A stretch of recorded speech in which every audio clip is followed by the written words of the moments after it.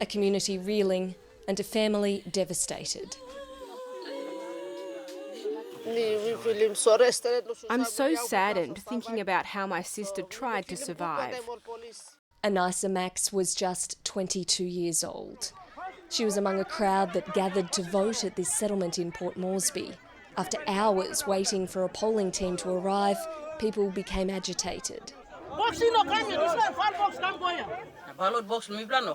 We stopped the police and told them to wait because our ballot boxes hadn't come yet. More police were called, then the unthinkable. They didn't even say a word. They switched their guns to auto and fired into the crowd, where a lot of us were waiting to vote. They came with force, excessive force, that was unprovoked. It was like a scene in Hollywood movie of a war. I've never experienced that, that was something very chaotic. Children and kids, everybody were running everywhere. Anisa Max was holding her 1-year-old son when she was shot and killed. He's now an orphan. In a statement, police say homicide detectives are now investigating the shooting incident. The city's Metropolitan Superintendent says an unruly crowd was threatening to harm election officials. He claims that rocks were thrown at police and that shots were fired to disperse the crowd.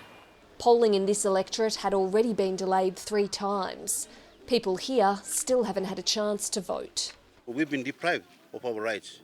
Even though we call ourselves a democratic nation, I cannot feel a democratic election.